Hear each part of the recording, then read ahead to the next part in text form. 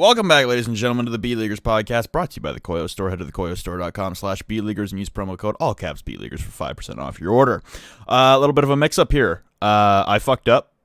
Sam already left for Vegas. I slept through our scheduled recording time, so I thought instead of just leaving it blank and leaving us with a lot to catch up on next week after USN, that I would go solo on this one and just kind of do my best at running a one-man show here to try and catch everyone up, get an episode in, just so we don't have so much catch-up to play next week after USN. The good news is, after USN, it's holiday, so we'll be off for a little bit. There's not a lot of siege going on, so you don't have to focus too much. We'll obviously be keeping a close eye on the SI Quals for all regions as they progress. We are entering into the closed bracket portion of SI Quals, so we'll have a better idea of who's going to be making it to SI to round out those invitational spots, or the online qualifier spots, for the invitational pretty soon.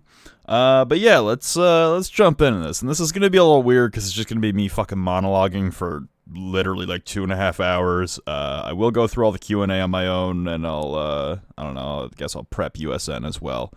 Heading into the weekend. So again, I do apologize for sleeping through the scheduled time. Sam won't be here, but Sam will be back here next week. So obviously, the big tournament that had everyone buzzing over the last couple weeks was OGA. It was our first opportunity to see a lot of these teams with new rebuilt rosters, roster changes, and this tournament is defined by upsets.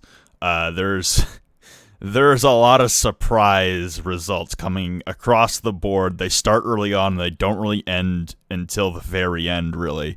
Something that was really interesting to watch throughout the course of this series, because I did watch all the games live.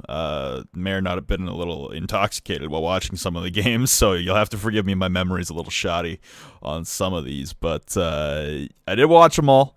They were on pretty fucking early for NA times, as I'm sure many of you are aware, as the majority of our listeners are from North America. So you probably all struggled all along with me, or went and watched the VODs. But yeah, it was hard to stay up to watch all the games, but it was well worth it. A lot of these games were showstoppers. You know, I even, looking back on some of these games, watching them in the moment, you know, I went back and forth, and I kind of tried to think about, you know, other games that I had casted throughout the year at other events, other games that I had seen for, like, Online Pro League, or other games at tournaments where I was present that I wasn't casting while I was watching in the green room. And I must say, there were a couple games this weekend in Croatia at OGA that I thought were legitimate, like, top tier, you know, top 10 games of the fucking calendar year. There were some really, really damn good games this weekend at OGA, and I was really impressed with the level of play from a lot of teams, honestly. I don't think there's really anyone who got a whole lot of predictions right heading in. I would love to know if anyone got the whole fucking bracket flawless, because you need to go out and buy a lottery ticket right fucking now, because this was insanity. So I guess we'll start off with the games. We'll start with OGA. We start in the quarterfinals. Now, the quarterfinal format, for anyone who was either confused by this in the moment or was unaware, basically, is if you lose in quarters, you're done for the weekend, but if you lose in semis, then you get another shot at the losers bracket, and that was just due to time constraints. You can't do a whole lower bracket in a day, unless you were doing like the DreamHack style, where you do games off-stream concurrently with games that you're casting on your stream. So, understandable from OGA. Obviously, it's a minor. You want to get every game out there casted and on the main stage. So this was just the best way to do it with a double elim bracket, a format that we haven't really seen be introduced in a minor before, which I think was also a really, really fucking good idea. The losers bracket was really nice to see. So we started things off on the Friday morning with Space Station against Norengo. You know, I was tuning in and out of the game. It really didn't look like that close of a game while I was watching back and forth. Honestly, I think Norengo still struggles mightily in terms of acquiring like either opening picks or just setting momentum up and around. They seem like they're always playing off their back foot and always playing like they want to make a play but don't have the confidence or the numbers to do it.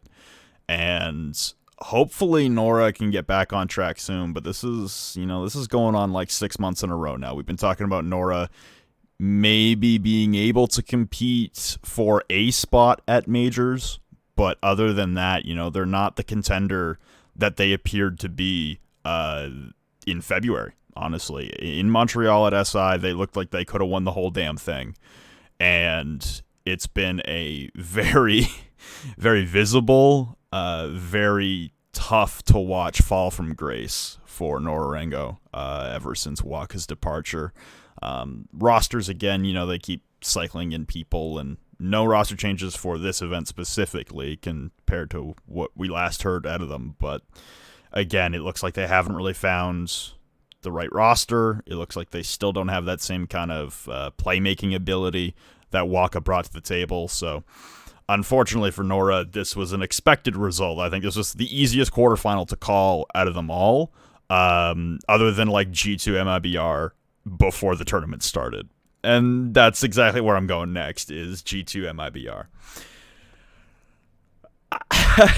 This fucking team, man. This fucking team. I've said this a couple times now on the podcast. This time last year, NIP looked like they were going to get relegated. They looked like they were going to disband. They looked like they couldn't compete anymore. And they make a roster change once right around this time last year, and then again in the middle of Season 9 last year for both. So Pino first, and then Muzi came in. And now, look at them. They're contending. They're the number 1 seed coming out of LATAM in Season 10. Obviously, the whole visa shit goes down. And they lose in the first round of Japan. But, I mean, they have their SI spot. They will have their whole roster for SI. There's no way they don't. This NIP looks like a very promising team. And it looks like MIBR is kind of replicating that kind of storyline where, back when they were Immortals, they were a team that was, in that mix. Those top 4 big-headed teams that we talk about in LATAM, always contending, always being in the picture. MIBR, though, is a team that in the past we've talked about as well has not historically done well at LAN. They were a dumpster fire in Montreal. They did not do all that well in Paris. And that was kind of the last time we really saw them on a LAN environment, was either BR6 or in Montreal for the 6th Invitational, where they didn't make it out of groups. So there's been a lot of losing on the side of MIBR in regular season play for Pro League. Obviously, they were in a relegation spot and had to play a relegation game. That's not good from one of your biggest orgs in the scene and one of your historically better teams in the region. But dear fucking God, were they lights out here. Holy shit, man. You could not have painted a better fucking Cinderella story for MIBR coming out of the dirt, coming out of fucking dead last. Bro, you're going up against G2? Man, I wonder how many of them wrote that off before they went into the game, man. I wonder how many of them honestly looked in upon themselves and said, yeah, we're getting fucking 14-0'd. I don't think there was a whole lot of hope going in for MIBR just across the board, and it's understandable why. And this game against G2, man, holy shit.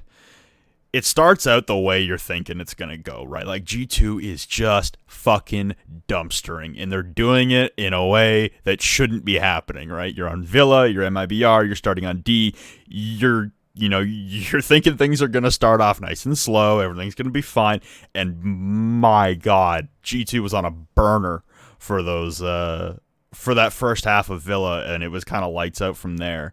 The next 2 maps, however, a little more comfortable in terms of being in the wheelhouse for MIBR, Club and Consulate, and I don't know, the Hard Breacher ban, so the Thermite ban on top of the Maverick ban on Clubhouse, that got talked about a lot, and I even saw a couple questions about it in the Q&A, so I'm sorry if this covers it. Obviously, that's not a stupid question to ask.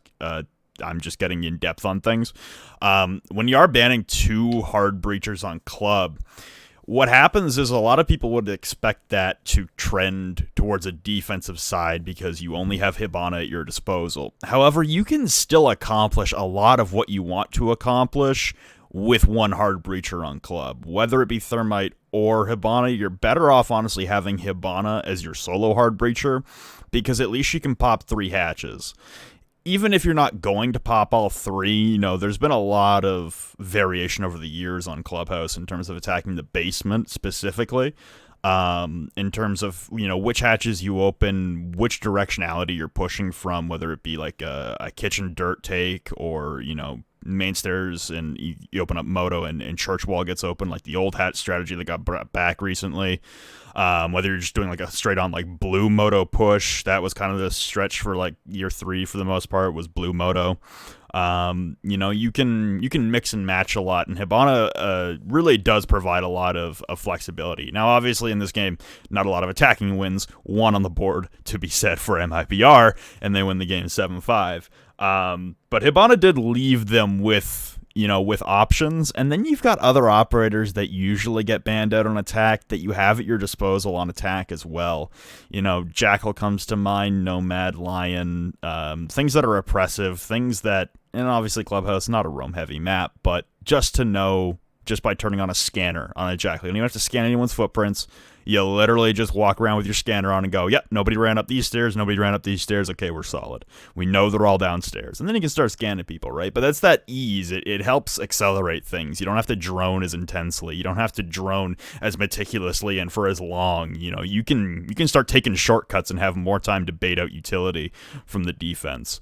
So I saw a lot of people, bickering about that, or just honestly just openly asking, what's the deal with the double hard breacher ban? Honestly, I like it. It's a little risky because you gotta be able to attack well with only 1 hard breacher, even though it does open you up to, a little more flexibility and fluidity in terms of where your takes are coming from. You're not hard set in one specific push. Like if I only had a Thermite available, I'm probably grabbing kitchen hatch and either church wall or dirt. That's probably my push every time with a Thermite. If that's my only hard breacher available, that's probably all I'm fucking doing all game. But you get a Hibana in the mix, you can start changing things up. Honestly, this game, I think it deserves to go down as probably one of the best games of the year. For G2 side, I've talked a lot about MIBR. For G2 side, there's obviously a lot of expectations heading in if you're G2. And I know people were talking about the length of time that Cryan was on the roster. I know people were talking about, this maybe not being G2's ideal pickup. We talked about that last episode.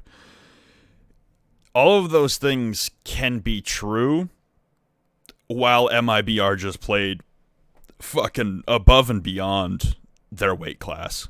Like, I see a lot of people memeing G2. I see a lot of people saying, oh, look, you picked up Cryan, now you can't even win a fucking quarterfinal of a minor against a team that almost got relegated, right?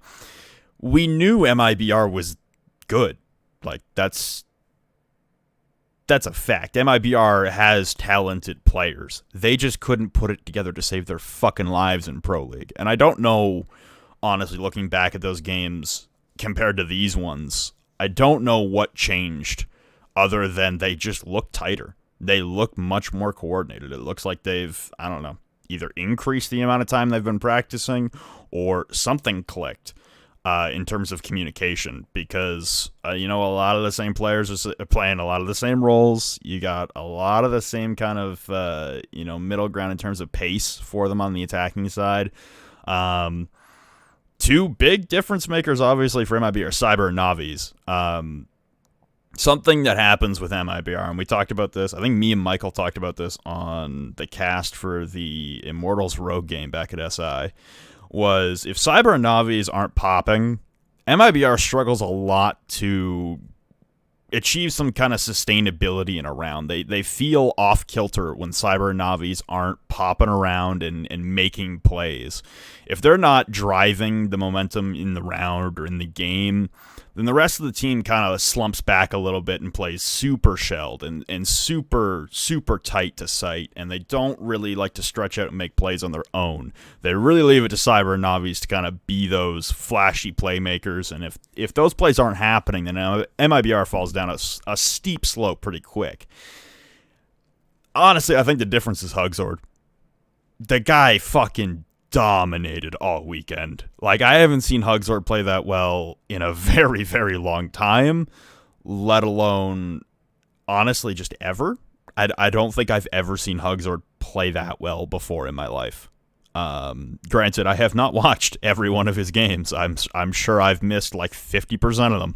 I've never seen him play that well before in my life, and it wasn't just a one-off, man. It was every game, map in, map out, game in, game out. Hugzord was like the best sixth man off the bench you could possibly find, because he was so flexible in whether or not he was providing support for Cyber and Navis in jumping in on something with them, or leading the rest of the team and leading the rest of play elsewhere on a different direction, and kind of just splitting up the front so the defense didn't really know where things were coming from. And MIBR did a very, very good job throughout all of their games of never really telegraphing where they wanted to go. That's something you see a lot, and especially I think that fucked up Space Station pretty well. Space Station obviously with Canadian now, and Canadian well known for his counter-stratting ability and his ability to read the field and read a play coming at him. I think MIBR in that first game in the upper bracket semis there when they first faced off, that was a good demonstration of MIBR not really telegraphing where they're going. You know, they're always keeping SSG on a guess. You know, you could flip it on a dime and completely rotate to an opposite side of the map. And it wasn't just one map. It wasn't just one game. MIBR, I thought, did a really good job of disguising where they were going and leaving defenses and attacks, honestly, questioning what their movements were and questioning at all times what the next jump out was going to be or what the next play was going to be made by Cyber and Navis. And I think that's honestly one of the better things to see throughout this entire tournament was MIBR, you know, not completely tearing down what they had built up for a year as Immortals, just making tweaks to it. And honestly, the way they played, like, hats off to G2 for putting up the performance they did, but MIBR was just not going to get stopped for a while, and it was kind of evident, honestly. And really the only time they like truly slipped up was in that rematch against SSG in the lower bracket there. I mean, that border game could have gone either way, honestly. And that was another game. The SSG MIBR, it might have ended in a fucking 2-0. But man, that's another game that I think belongs up there in, you know, a top 10, top 15 conversation of game of the year. It was such an incredible match to see. And MIBR just put on a show every time they touched the stage. Every time they were on stage, they put on a fucking performance. So from G2 side of things, yeah, it's tough now because you're fucking G2. You're the reigning back-to-back undisputed world champions of Siege, and you might not even make it to the tournament to defend your title and run back a three-peat. Granted, I don't know how many people are predicting G2 to win the three-peat right now, but we all said the same thing around this time last year about G2, and hey, look, they won the whole damn thing and didn't even really break a sweat doing it. Raleigh, different story, right? So we've got other teams coming in now that look like they can challenge, but I don't think this is the last we've seen from G2 in terms of, you know, upcoming schedule stuff. Obviously, there's still Pro League. Don't have to worry about them leaving anytime soon, but I think the clock is ticking here for G2, considering the online qualifiers are partially just a fucking coin flip, and also it's online quals, man. There's a lot of teams in there that want to kind of, I don't know, any team can get hot in an online qual bracket as well, and I think the brackets are actually released. Let me go double check the Pro League subreddit real quick. I think I just saw, before getting on here, a thing that said the brackets were live. We have USN predictions. Oh, yes, that's useful. Thank you. Okay. Yeah, I don't care. EU closed qualifier bracket. There we go. So, okay. Interesting bracket. So G2 will start off against Youngtus. Who the fuck is on Youngtus? Are they bringing it back? No, this is a completely new team. All right. I thought it was some old French pros getting back together to make Youngtus again. So G2 will play against Youngtus. Then they play the winner of Salamander, the team that got DQ'd for using Sir Boss in their CL quals. They got DQ'd at a Challenger League after winning the qualifier against Penta. Then you're most likely going up against, well, it'll be the winner of probably Secret against Fours. Okay. I'm starting to get real fucking worried here for G2. Because Team Secret notoriously play G2 really fucking well. Like, they love going at it. They have some very fun games in the record books. Fours, I wouldn't be at all scared of if I'm G2, considering how you manhandled them in Raleigh. Granted, a lot of time has passed, and they've gotten, much better as a team, and much more succinct at the very least. And then on from there, you'd be in the upper finals. There's this bracket is so stacked towards G2's side, it's kind of unfortunate. So I know there's a lot of people who might not know all of these teams in here, so we're just going to run it through. Top of the bracket is Chaos versus Pat's Asleep. This looks like a bunch of people I've seen in Doki and Pengu's streams. Rum, Usus, okay, so some ranked players. Got it. We got Izzy Dream. I don't know who the fuck that is, against Orglis. Then we got Vitality against Mkers. And then we got X Game Ward against BDS in the top half. But then you got G2 against ranked players calling themselves Youngtus. We have Salamander against Penta, Secret against Eminem, and I don't know what the fuck. I don't know how to pronounce this Polish team. I'm very sorry. Oh, that grubby dude is on this team. Apparently he got banned. Bet. It's only for 6 days, though. Patocalypsa. Cool. That's the team that plays fours. I don't know. I feel like the bottom half is a little more stacked. I don't know. BDS, Vitality. BDS and Vitality in the top half is kind of who I'm worried about. But then you got G2, Secret, and fours in the bottom. I don't know. Like, if you're G2 right now, you're definitely gauging these matchups pretty fucking closely, and it's a little worrisome, honestly, for G2, because you got to get through this Youngtus team. Don't know anything about them. Probably not that good. G2 will probably wipe the floor with them. Then you got Salamander or Penta. I think G2 comes away with that, no problem, right? Then you got to worry about whoever wins Secret or Fours, and then if I had to guess someone to play them in the finals, if they make it past that game, then I'm probably saying BDS. Either BDS or Vitality. Yeah. Chaos is a pretty sweet ride to the semis, though. Playing a bunch of ranked friends, and then probably Orglis. I'd say Chaos wins that over Orglis. Yeah, G2's got some worries coming up. Anyway. We're still on the second fucking game of the first day here. No wonder our podcasts always go long. It's me by myself, and I have already bullshitted for, 24 minutes now? On 2 games. So we got a lot more to go through. Let's try and speed things up here, Flynn. Liquid against BDS. I don't think anyone fucking saw this coming. It just... I don't know, man.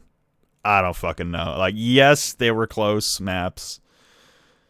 I would have liked to have seen a third map come out between BDS and Liquid. It is another situation where I just think Liquid played fucking lights out the whole tournament. And obviously they went on to win the whole thing, so that's an easy thing to say, but I mean, fuck, man. BDS and not BDS. Liquid and MIBR, I think, were the two long-term surprise factors, and obviously LG 2-0ing Team Secret. That's a result I did not see coming. The Liquid BDS thing, I was leaning towards BDS, would have given it a coin flip. I don't even remember what I said in the 5-second predictions I did last episode. I think I said BDS. I don't think a whole lot of people had LG going past day one on this one. And hats off to them for playing three incredibly solid games. Honestly, their game against Liquid, a little lackluster. You know, they're a very young team still. Very, very young team. But holy shit, did everything I say about Slash come true. The dude is so fucking good. God damn it. It's a wonder that fucking Rogue couldn't get their shit together when he got Slash on the team, man. Guy's a fucking animal. Honestly, all tournament Slash was just going off. He was like, what I even said about Slash when we talked about the roster move and stuff, it was that he's going to be a leader. He's going to be a calming voice. He's got this veteran presence. You know, he can help build up the younger guys. Talking about him like he's a fucking vet on an expiring contract that's just going to retire in a couple months. Nah, this man's still got plenty in the tank, man. Slash has still got plenty in the fucking tank, and I think he put that on full display this weekend in Croatia. There's no fucking way you talk to me about LG and say that Slash wasn't their MVP all three games. The man was fucking on fire all weekend, man. Unreal. Unreal performance. I think for the rest of LG, there were definitely, you know, some low points in terms of individual performance. But LG as a whole just looks so much cleaner and so much better. Just so much better as a unit, too.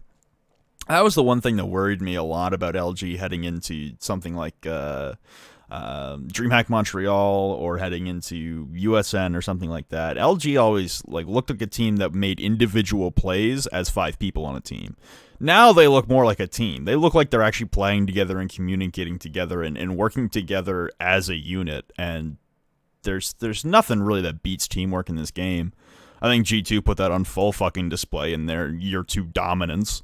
Where, yeah, you know, you had guys who eventually went on to retire and didn't put up the best stats, but holy fuck, their teamwork and their communication was on another level. And I think I don't think we're seeing an LG dynasty coming out of the woodwork anytime soon, but I do think LG has definitely gotten a hell of a lot better with Slash. Team Secret, on the other hand, that's disappointing. That really is. Again, very, very close game. Don't get me wrong. Another one of those games that probably goes up there in the record. I'd say like top 20, maybe like top 30 game on the year. Definitely, the round count was very close, but I feel like the other games were a lot closer, if that makes any sense. Obviously, you know, a couple things break a different way, and Secret comes out of it 2-0, or they go to map 3. You know, anything really could have happened. On that map 3, if, you know, one shot lands, one shot doesn't, all that shit. For Team Secret, though, I think that's a team that everyone kind of looked at and said, yeah, they have a pretty good shot. You know, they're going to have to match up against LG. That's probably a winnable game for Secret. Then you move on and you probably play BDS. And, you know, you've played them plenty of times before. You have that experience against them. You know, this could be a run again for Team Secret to make it to another major while still being in Challenger League, which is quite the fucking remarkable feat that they've been able to stick around and hang in these majors and qualifiers over and over again without being in Pro League for a full year now.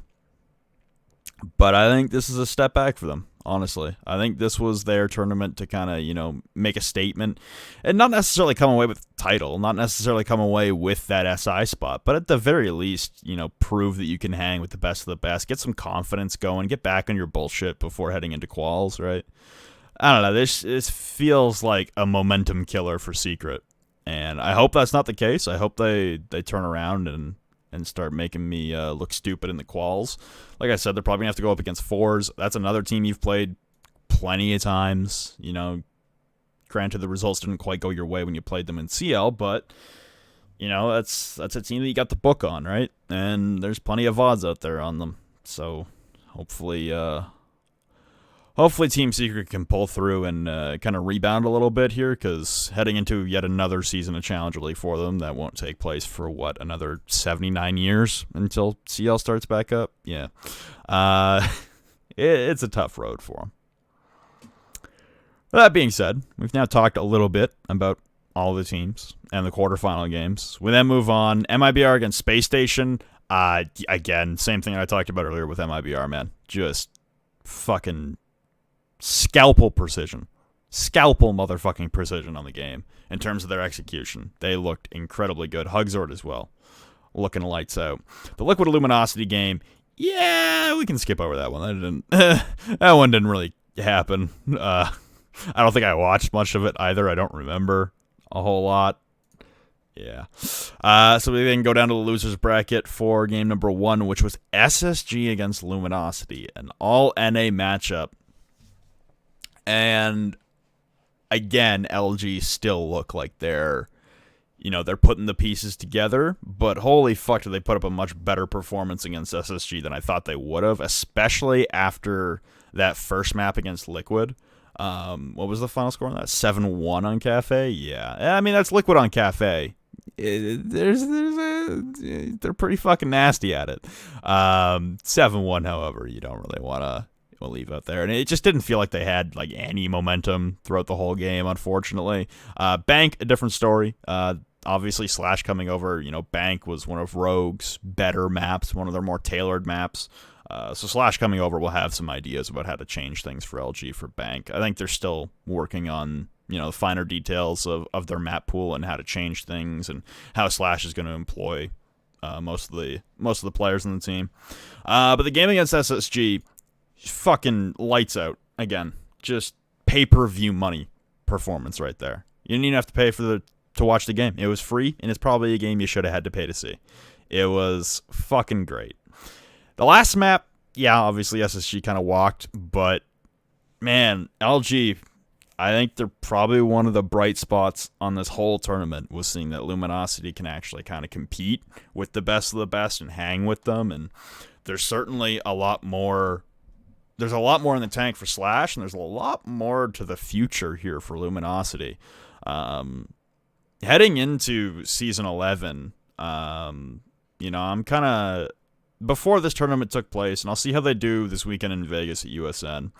Before this tournament took place, I was counting them probably towards relegation spot. I don't have standings fleshed out in my head on where I think people will land, but heading into it, I was thinking, LG I just haven't seen enough out of to say that they'll be able to compete.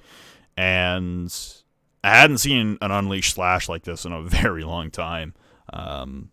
So I'm very pleasantly surprised with LG. And I think, honestly, they continue off of this. They come back home. Hopefully the jet lag isn't too bad. They get to Vegas, where they live. And, they're back home, basically. They get to perform almost like on a home field advantage now. The travel will obviously suck coming back from Croatia and trying to get readjusted back home. But if they can string together a good performance at OGA, a strong performance at USN, and then head into the beginning of the season for Pro League in January with, I guess some more momentum and just a couple dubs in the beginning to really get your footing set, honestly, you might be seeing Luminosity take off. Now, obviously, they have a lot of other teams that we need to get to in North America to try and contend with, but I think, honestly, this has been one of the best performances I think we can say definitively we've ever seen out of Luminosity. But unfortunately, they lose to Space Station 2-1. They exit the tournament. We then move on to the upper bracket final to decide who plays Space Station in the lower bracket finals, and obviously that was Team Liquid beating MIBR 2-1. Another one of those games that could probably go down in the record books. A fucking fantastic series that I think MIBR was inches away from winning, honestly. MIBR was inches away from winning a lot of those rounds, even though Liquid started stacking up, consecutive rounds one after another in the later portions of the maps. It was never out of reach for MIBR, and that's one hell of a thing to say about a team that was just in relegations, a month ago. For them to be able to be performing this well against Team Liquid, against Space Station, against G2, like, they had the hardest road to the finals, hands down. You had G2, Space Station, Liquid, Space Station again. Anyone else in this tournament had an easier road than MIBR did, and they still looked fucking insane at every turn. The rematch, obviously, it gets swapped. It's a 2-0 for Space Station. That game, unfortunately, for MIBR, I think they just ran out of gas. Honestly, Space Station was looking a little, I don't know, looked a little wavy. They looked like a little in and out of the game every now and again in that first map. It looked like MIBR had an opportunity to really take hold of the series there, while Space Station was still kind of, finding their groove. It was the first game of the day, obviously, so it was early in the morning. You're still trying to shake the rust off, and I thought if MIBR had woken up just a slight bit earlier there, they could have taken control of at least that map number 1 and forced a third map. But unfortunately, for them anyway, Space Station, they close out the series, and they look stronger every round doing it, and that momentum just kind of spilled over. It was a very, very, very hectic and chaotic and back-and-forth game on Border for map number 2. But, Space Station takes it 7-4, 8-7. And they head into the grand finals, where they are immediately met with Team Liquid already up a map. Yeah, the default map advantage thing, I saw a lot of people talking about it, but I've been over this a couple times now, both on stream and on the podcast last week. This is just the accepted practice, and I know it's weird. I know it's weird for people to try and wrap their brains around because they haven't seen it before in Siege. We've never done a double elim bracket where the undefeated team has a map advantage, but just trust me, if you don't follow a lot of other sports or esports or anything, this is a very, very conventional, normal thing. Why is it conventional and normal? Well, because you can't have two teams meeting in a grand final and have them be on equal footing if one team hasn't lost yet. They haven't made a mistake. You shouldn't be penalizing a team for putting their best effort forward and coming away flawless. Like, the run for Liquid, while not as arduous as it was for MIBR, was still a 2-0 against BDS, a 2-0 against Luminosity, and a 2-1 against MIBR to get there. They dropped one map out of 3 games, and that was the team that had just played your eventual grand finalist in Space Station. So there's no way you can walk up to Liquid and say, hey, by the way, it's a best of 5, and you just don't get an advantage for not losing. Versus Space Station, who lost a map to LG, and that's all they lost to. But they they also lost 2 maps to MIBR the first time, my bad. So they had lost 3 maps already out of 3 games heading into that MIBR Space Station game, and they'd still lost 3 maps out of 4 games heading into the grand finals. Right, so I also saw a couple people saying, the penalty for, being the loser's bracket is you have to play an extra game. That's not enough, though. That's not enough. You can't just have them sit there and go, oh yeah, well, you played an extra game this morning. I mean, there's been a lot of cases where if you just get in a groove as a team and you're just playing more and more games, you might be better off than the team that's been sitting all night. All right, like Liquid came in, they're obviously warming up while Space Station was playing MIBR. There's no doubt about that. They're obviously scrimming and warming up, but it's not the same as game day. It is not the same. You can scrim as much as you want, and you can go as hard as you want in a scrim. It'll never be the same as the game. And Space Station was coming off 2 pretty hotly contested maps against MIBR. They had momentum behind them, and you gotta give Liquid some kind of reward or advantage or something for not losing, or what the fuck is the point in having double elim in the first place, right? Because if you're gonna treat all the teams the same, then just make it single elim, for God's sake, because that's what happens when you end up in this situation where Liquid's gone flawless, SSG lost a game, they meet in the grand finals, and what if Space Station wins it 3-2? What do you say to Liquid at that point? Well, you see Space Station lost, what would that be, 3 plus an extra 2? So that'd be 5 maps, and you lost 1 to MIBR and then 3 to Space Station. But guess what? You lose. They lost more maps, they played more games, and they still lost more than you did, and yet they beat you in the best of 5 head-to-head, and you just get fucked for going flawless, right? I don't know. I'm definitely on the side of give the team that's undefeated the map advantage, and that's just because that's how I played, hockey, baseball, anything coming up. We had plenty of tournaments with double elim brackets where, Even as kids, it would be, yeah, if you're going up against a team that's undefeated, they get an X goal advantage to start the game, or you have to beat them by a certain number of goals to win the game, actually. So we had one tournament one year where the team that was undefeated, because it was a 5-day tournament, they got a 3-goal advantage to start the game, but it didn't show on the scoreboard. So we had to win by more than 3 goals to actually win the tournament in the grand finals, and obviously we didn't. That's a big fucking number to overcome, especially against a team that went undefeated. And they were damn good. Don't get me wrong, but we were never gonna win the game by fucking more than 3. So we lost in the finals, and everyone just you just kind of take it and go, because we had lost 2 games. It was a triple elim tournament for 5 days.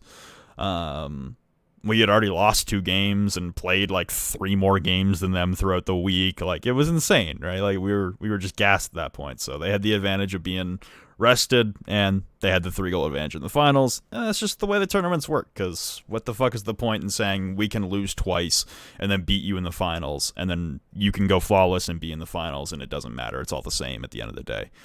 The road you take to get there should matter.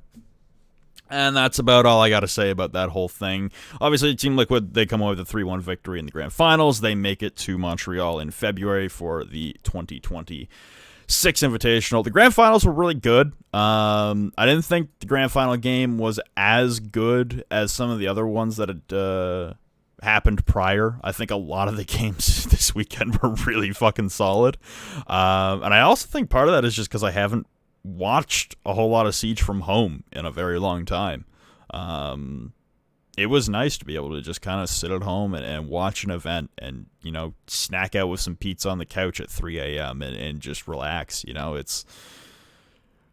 was very nice to be able to sit at home and kind of actually watch the games intently and try and break down what was going on and who was doing what and all the changes that were being made with all the roster moves and stuff. So very, very impressed with a lot of teams' performances. I think if I had to grade everyone's performance, I'm going to go with Team Liquid gets an A+, obviously. Space Station, I'm going to give an A-. I just thought in the grand finals there they kind of, spiraled out. But for the most part, very good tournament. I'm going to give an A to MIBR. Just the route they took and the games they played and how improved they look. Absolutely. Fucking blew me away. I'm going to give a B+ to LG just because I really did think they improved a lot. It definitely wasn't the result they wanted, and, they placed behind a lot of teams in the tournament, but at the end of the day, they looked well improved, and Slash looks like he's going to fucking take this team somewhere. From there, I think, honestly, the 4 teams that got knocked out on the first day, it's hard to grade off of one game. I'm going to give Nora an F. I'm going to give G2 a C. I'm going to give BDS a C+, and I'm going to give Secret a C+. I think Nora really wasn't the team to be there, honestly, if they wanted an APAC team to contend, but obviously there's whole money issues, and we've been over all that before. They don't look like the same team anymore. G2, I'm giving credit to them for, being in the middle of a roster change and being in the middle of trying to shake some things up in terms of the way they play and the roles they play. BDS against Liquid, really thought it could have gone either way for BDS. Just not the same level of performance that we're used to seeing from them. And then Secret against LG. Secret again. It could have gone either way, but LG was just the better team in that moment. Whew. Well, there we go, guys. I just soloed OGA for 45 minutes. Let's fucking get it. So moving on, real quick. We're going to talk about USN for a moment. I don't think there's a whole lot of news to go over. Is there any news on this Pro League subreddit that I should be mentioning before we move on to USN? I don't think there is. I hope not. Any kind of news? I don't know. The new CSU roster. Well, I guess the SI Qual brackets. I already did EUs. I guess we can see NA. I don't know what that means. Some statement from Oh, a statement from Liquid about the whole toxicity thing. Yeah, I'm just going to not talk about the toxicity thing. I think Parker's covered that adequately over the last couple days. Don't be a fuck ass on the internet, basically, is all I'll say. Okay, someone's talking about the SSG having the best opportunity. NA closed qual bracket is out. There we go. So the bracket. We start off with Evil Geniuses being given the 1 seed against Rat Pack. Who the fuck is Rat Pack? Frosty, Lean, Nick, and Sprill? Okay, so yeah, EG wins that. Good night. Okami against Katsu. I don't know who's on either of these rosters right now. Okami is Benji, Kilo, Lemon, Prompted, and Flack. Okay, and Katsu is Habibi, Nog, Six, Makarov, and Nosk. Or Noski. I don't know. Whoever wins gets murked by EG is my answer. There you go. Ape versus Overdosed. Who the fuck is this? Is this still Obey? Yeah, they're just not called Obey for whatever fucking reason in ESL still. So Obey against Overdosed. Who the fuck is Overdosed? They have 2 people who have been inactive barraged. Interesting. Jig, Breezy, Doxg, Razor, Toady, and Ultra. Ugh. Sorry, boys. You're not making it past Obey. EXG 2.0. I believe that's Bio's team, right? Yeah, Bio, Crusher, Prod, Spades, and Thomas. So they literally did get EXG back together, at least 3 of the 5 players who played for them back in Challenger League in Season 8. That's hilarious. And then they have Prod and Spades in there as well. Not bad. They play Luminosity. Yeah, I'm taking LG in that one, based on the way they played. Space Station plays Gyarados and the Magikarps. That's some Pokemon reference I don't get. Alright, we got Crymagic, Albatross, Blarn, Bravo, Colossus, Mean, and Zoinkers. Huh! No. Space Station will rip them up. We got Rise Nation against PogChamp. Okay, yeah. PogChamp is Avian, Chala, Drip, Ghost, Jarvis, and Trip. Okay. That's actually an interesting game. Rise against Pog. I think because it is now announced that Wrath is on Rise, I think I'm going to go with my former teammate, my boys. I'm going to go with Rise, going to take down PogChamp. I hope so anyway. I hope Wrath does well with Rise. Hopefully they can at least win that game to go up against Space Station to lose to Space Station. The Sonics against Senshi. Who the fuck is Senshi? Murdy, Slapex. Who the fuck are you? Who the fuck are you? Who the fuck are you? And who the I don't know any of these people other than Murdy. Yeah, I'll take the Sonics. And then Tempo got the 2 seed. Interesting. Tempo got the 2 seed against Shook Squad. I don't know who any of these people are, man. Benji Mula, Braction, Nile, Roadrunner, and I don't know who the fucking 5th guy is. Against Tempo? Look at his roster again. Hold on, this might be an upset. Nah. I'm gonna still take Tempo. So what? That gives us EG against Who Gives a Fuck. EG wins. We got Obey against LG. Probably take LG in that one. So it'd be LG, EG in the first semi. And then, yeah, I'm taking... Yeah, SSG does have a pretty fucking free ride. I'm not going to lie. Yeah, they do. I hate to say it, but they kind of do have a free ride. Yeah. I would say, honestly, it's probably going to be the Sonics and Space Station in the lower semi, and then EG and Obey in the top, or EG and LG in the top semi. LG beat EG without Slash in OGA Quals. I don't know, man. I don't know. I feel like I might take the LG upset on this one. Is LG my new hill to die on? I guess we'll have to wait and see. Yeah, fuck it. I'll take LG over EG in that top part, and then, yeah, SSG over the Sonics. So LG against SSG, that literally just happened. I just talked about it, so I take SSG there. Into the grand final, and then the lower bracket. The loser's bracket for quals is always impossible to predict. So whoever SSG ends up playing in the grand final, I'm going to say SSG wins it. They're the fucking guardians of online quals, man. They are the gatekeepers. I don't think anyone's really thinking that other teams other than SSG will make it. I mean, maybe EG, but yeah, man. I think SSG's got that on lock.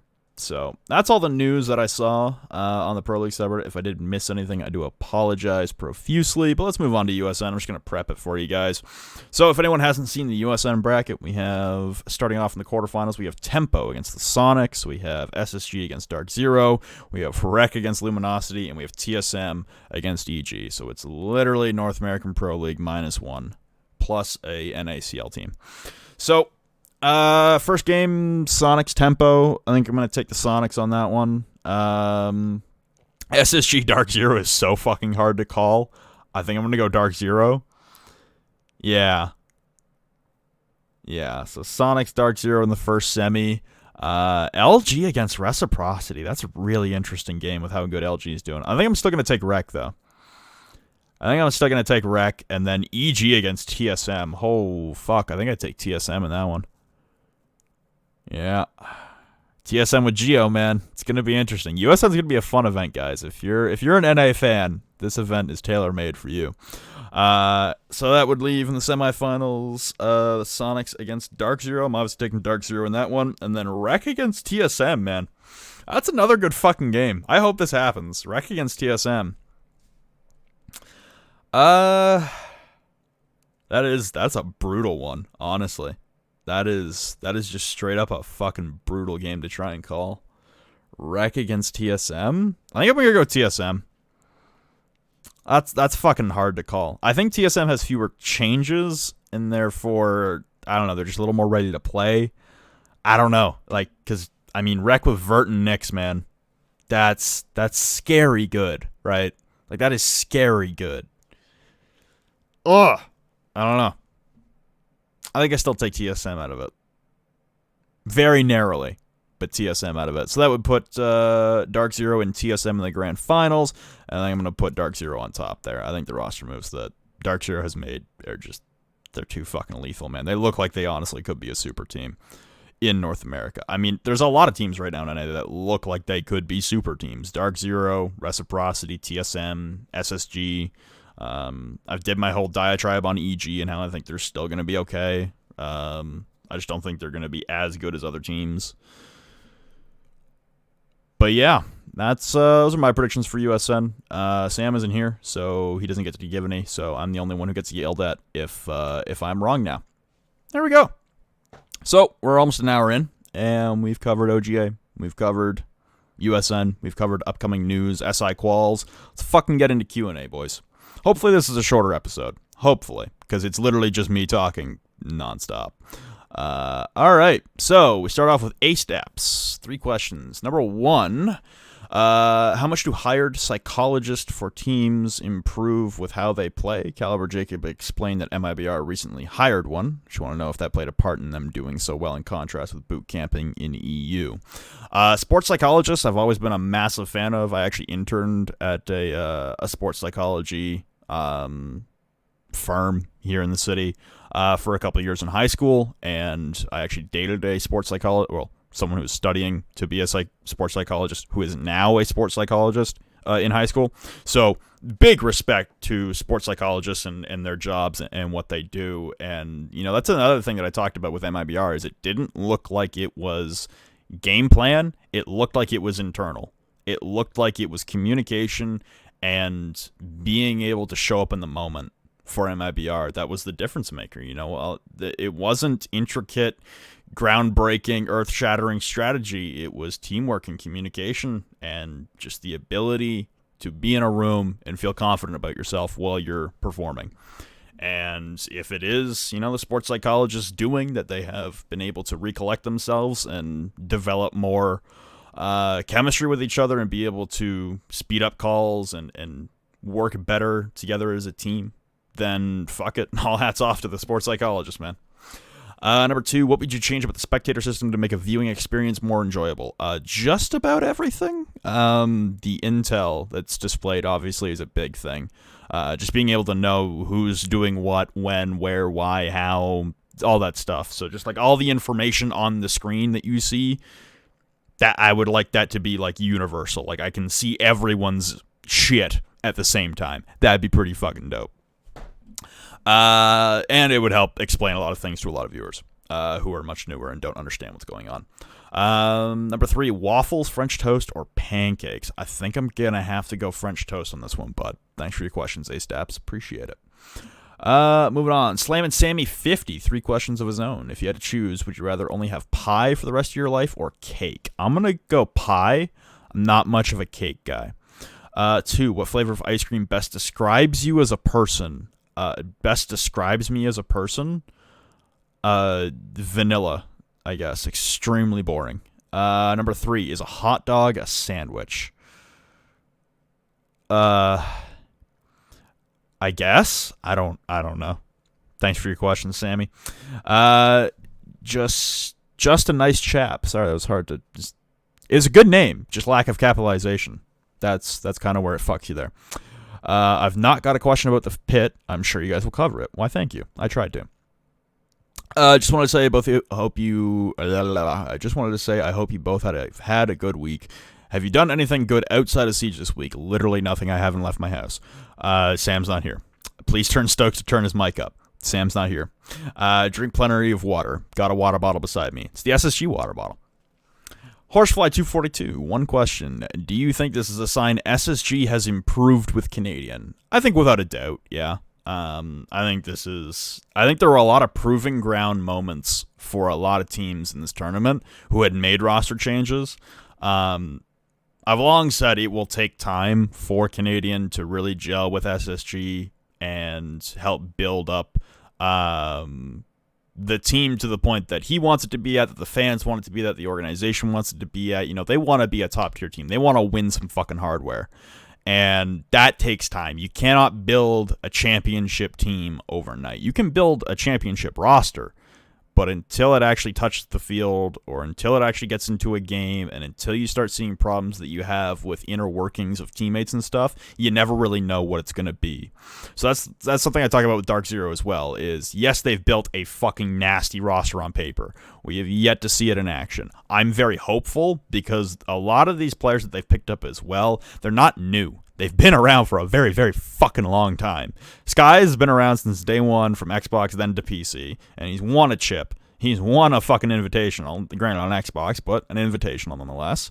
And Eclipse has been around since day fucking one on PC. Like, these guys know what the fuck they're doing. They know how to communicate within a team. It'll be different changing teams. Obviously, you got to get used to comms and used to different strategies. And Skies was even talking about it on Twitter the other day, about how, you know, he's gassed from trying to catch up with all of Dark Zero's material, with all their strategies, with all their game plans and stuff. You know, he's had to cut back on streaming because he wants to focus on, you know, getting the fucking playbook down, making sure that he knows where he's supposed to be at all times, what his dry runs look like now, what his new roles look like, you know, stuff like that.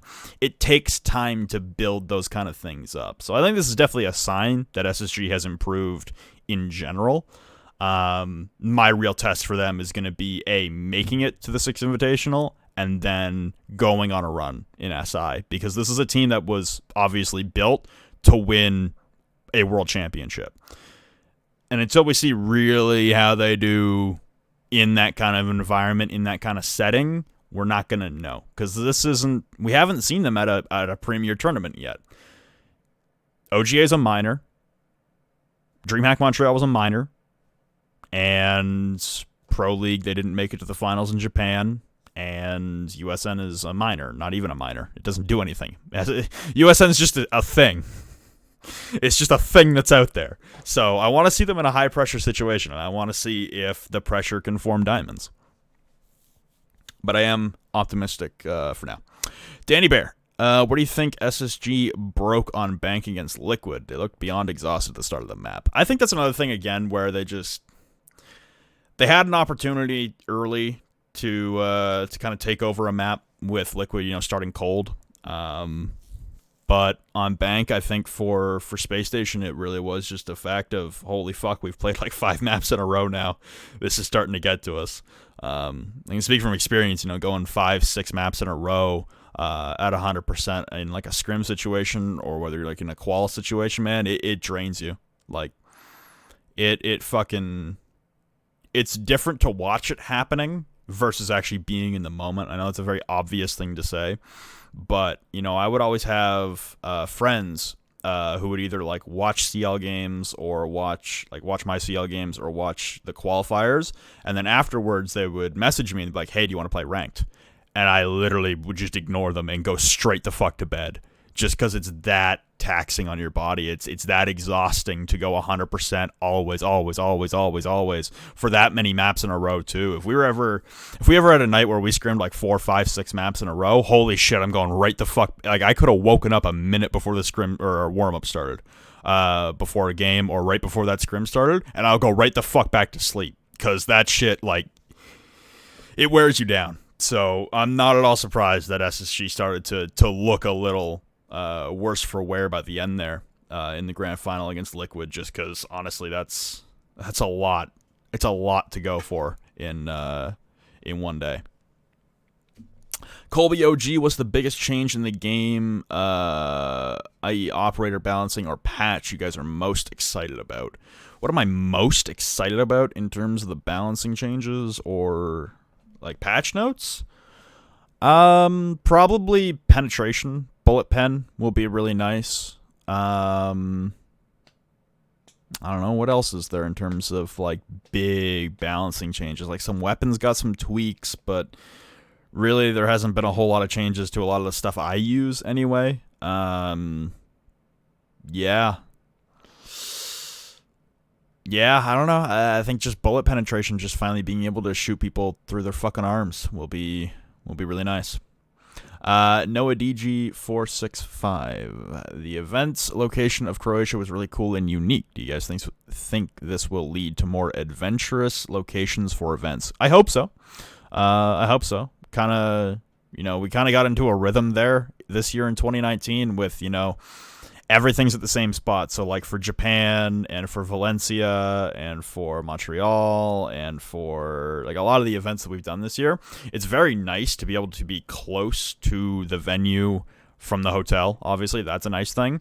But then for a lot of these events, we had like airport connected to the hotel or across the street from the hotel, and then venue connected to like all three. And it was just kind of the same run-of-the-mill areas all the time, because areas around airports obviously aren't great because there's a lot of noise pollution because there's a bunch of fucking airplanes. So the areas that we were in, like especially for Valencia, there was just nothing to do. Montreal, we weren't close to the airport, but we were in this area. It's the Olympic Village basically in Montreal, if you know the area, where it's basically neglected and very, very abandoned and run down. It was a portion of the city that they literally built up just for the Olympics in the 70s and then just said fuck it and basically lit it all on fire after the Olympics were done and just haven't touched it since. There's a lot of events that we go to where the area around the hotel or the area around the venue is just not great and not adventurous and not fun to go sightsee on. Japan was pretty cool because we were literally like on the coast, but again, connected from like the hotel, the airport, and the venue were all connected to each other in Japan. So it's like, there's not a whole lot to do. We were on a fucking island where you had to take a 45-minute train into Nagoya just to go do something. Like there was nothing to do on the island itself. And obviously for the days we had off, or the one day we had off where we could go sightseeing and stuff, that was really cool because we had the time to go into town and take a fucking train at 9 o'clock in the morning and be back at like 5 p.m. for rehearsals and be fine. But you get into situations of, day one of Japan, holy fuck, we didn't leave the venue until like, 1:30, 2 a.m.? And we have to go back to the hotel, sleep, and get back up at like 7 a.m. to come back. And then on like the finals night, our after party was in like a bar in the airport. And it's like, okay, I get it. We have limited options. But again, it's one of those situations where, it's 10 o'clock at night on a Sunday and we're beside a fucking airport. What do we do? There's nothing to do, right? So I hope there's some more adventurous locales for future events, just because it's a lot more fun to engage with people when there's something to do other than just standing around and eating food or something. I really hate, like, I like going out for food with people whenever we go to the events and stuff, but it's like, I wish we could do something more than just get food, you know? That's kind of what I'm getting at. Shifty Lemons, number 1, if you could relocate ESL Poland and move with it to another country, where would you move it to? I'm trying to break down what you're saying. You're talking about for, like, casting, for, like, Pro League? If I was casting Pro League and I could move the studio to any country, where would I move it? Because I would have to live there, obviously. I don't know. Country. If it had to be in North America, I'd do Canada, obviously. I'd probably put it in Montreal. Just because I love... Montreal or Vancouver. Either one. I've spent a lot of time this year. I've actually spent almost half the year this year in Montreal. So I got to, live there for a little bit and understand, or just get, like, more accustomed to Montreal. But Vancouver's also really fucking nice. And if I was footing the bill, I'd probably go Montreal. If I wasn't footing the bill, I'd go Vancouver in a heartbeat. Vancouver's fucking incredible. I love BC. If it was in Europe, I'd probably do... I don't know. It's tough. I really liked Italy both the times I've been there. Wasn't a big fan of the climate in Spain, in Valencia. It was very hot. Poland, no. Germany would be interesting. I've only been to Germany a couple times on, like, some layovers and, like, an overnight layover, so I actually got to go out and explore Frankfurt a little bit, which wasn't all that interesting. It's a very boring city, but Germany seems cool. Maybe Denmark, honestly. I like the kind of, like, the slow pace of Denmark in comparison to, like, some of the other countries with, like, the major cities in Europe. Maybe go up to, like, Sweden or Finland, honestly. I love the Nordic countries, and everyone's super fucking nice. Yeah, I don't know. I'd probably go anywhere in Europe. In Asia, I'd probably do Japan, honestly, just hands down. Either Japan or South Korea. Either one. I'd be fine with it in Australia. I'd be fine with it in a lot of places. South America. I don't know where I'd go in South America. It'd probably have to be Brazil, just because of, like, infrastructure. But I mean, there's other South American countries you could get away with. I just haven't been to any of them, so I don't know which one I would like more. Yeah. I don't know. I'd be fine with it in a bunch of places. Poland just sucks. Oh, the city that it's in Katowice in Poland, sucks ass. Is a Pop-Tart a sandwich? What is with all these is X a sandwich questions? Y'all good? Is a Pop-Tart a sandwich? I'm going to go with no. Number 3, are you excited for Halo coming to PC? I know Sam is. I'll speak for him even though he's not here. Sam definitely is. I couldn't give less of a fuck. I didn't play Halo growing up or anything, so I don't know anything about it. I don't know. It seems interesting. At the very least. Eternal Life. Loved you guys in Japan. Thank you. That was a little while ago. Number 1, predictions for online qualifiers. I just did it. And LATAM I haven't seen. And I don't really care to go look because Sam's not here. So we'll do, like, some actual predictions and stuff for close quals when he gets back after we recap USN next week. Number 2, what do you guys do outside of Siege, like hobbies or side jobs? I don't do jack shit, dude. I literally don't. I stream. I play the game. Outside of Siege in general, probably nothing. I watch a lot of hockey, and that's about it. Yeah. I really, I don't know, man. I don't have a life outside of Siege, to be completely honest. Outside of Siege and hockey, if you took Siege and hockey away from me, I would have nothing to do with my life. I really wouldn't be able to do anything with my life. In terms of Sam, neither of us have side jobs or anything. Sam, kind of the same. He streams a lot, plays the game a lot. I don't fucking know. Number 3, do either of you have any motivation to do another CL run? I certainly do. I definitely want to find a team and get back in the Challenger League and compete again. It was some of the most fun I've ever had playing the game. In terms of Sam, I think he's interested. I don't know for sure. Mate, number 1, in the final between Liquid and SSG Villa was the map that Liquid had, in air quotes, won since they come up from the upper bracket. But how was that map decided on? That's an excellent question that I don't even know the fucking answer to because I had the stream muted while they were talking about that, and then I just never really cared to go back and look. I don't know why Villa was the one that just got fucking deleted. Yeah.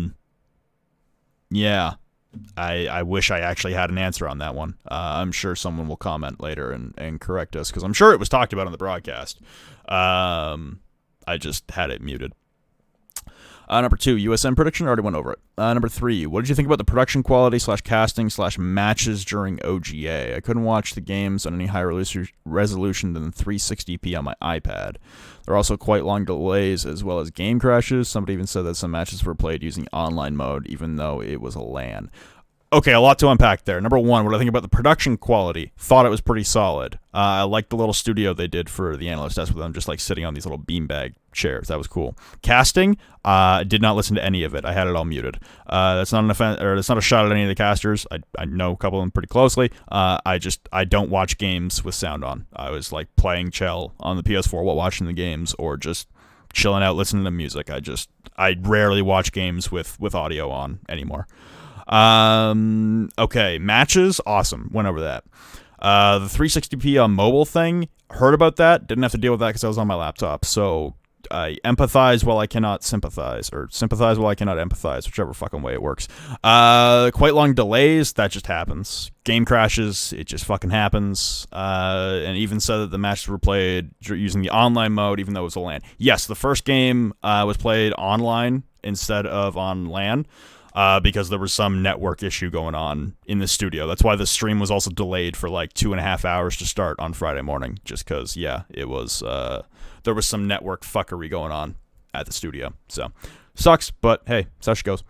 I mean, they were all within fucking 15 feet of each other. Like, what? The ping difference is between that and being on LAN, it was probably like 20 ping for all of them compared to 1 and 2. So, I mean, I don't know. I'd take playing on 20 ping over playing on 90 any day. Repulsive. I hope this hasn't been asked yet. Too lazy to check. Fuck you. I like that kind of mentality. Please bring more of that with you. Do you think the one map advantage... Okay, I already went over that. It wasn't asked yet. I just already went over it. Yeah. Already went over it. Repulsive. Oh, God. All right. I hate to say it, bud. I'm not even... Oh, don't read my username, just call me Ben. Got it, Ben. I was going to say, I'm not even going to fucking try, dude.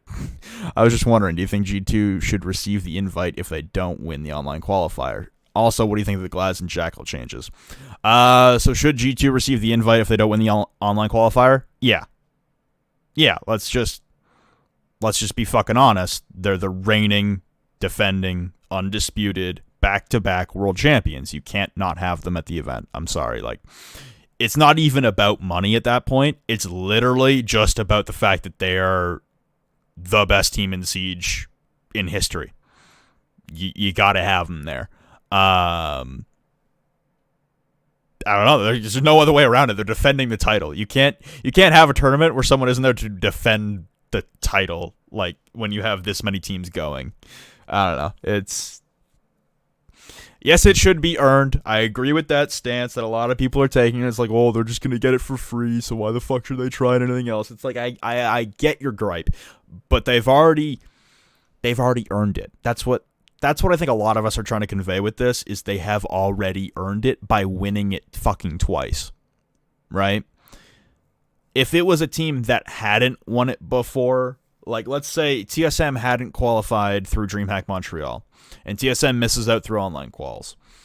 And, you know, TSM's a massive org, and TSM has Bolo on it and all this shit. TSM's, you know, a young and up-and-coming team, and let's say they get the invite.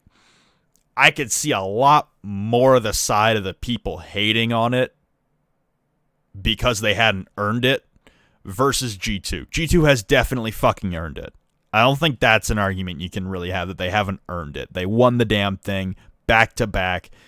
Both times, other than the grand finals against EG in 2018, it didn't look like they really had to put up too much of a fight. 2018, a little bit more. 2019, not so much. But they definitely earned coming back to try and hit the three-peat. And I mean, if they hit the fucking three-peat, then Jesus Christ, I don't think they'll ever not be at the event. But I don't think there's, like, if G2 doesn't qual, then I don't think there's another team you could possibly put in there that even remotely deserve the spot more than G2. The second part of that was also, what do you think of the Glaz and Jackal changes? Glaz, he's all right.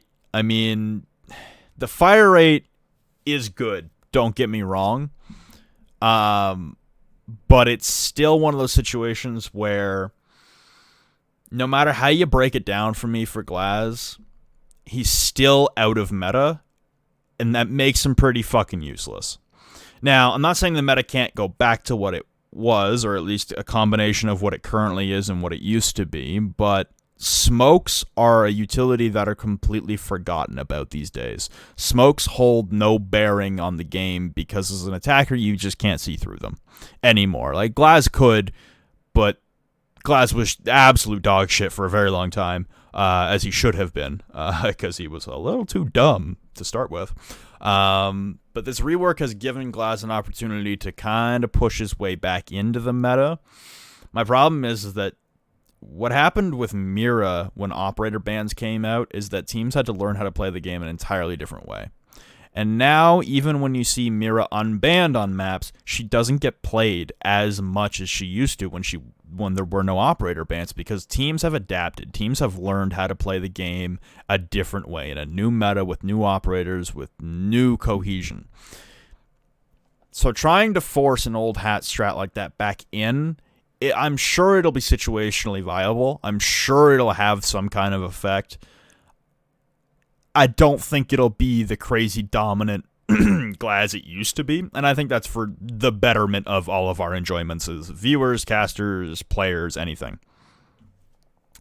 The old smoke plant meta from 2017 was just fucking brutal to watch, and it was really, really hard to even call competitive.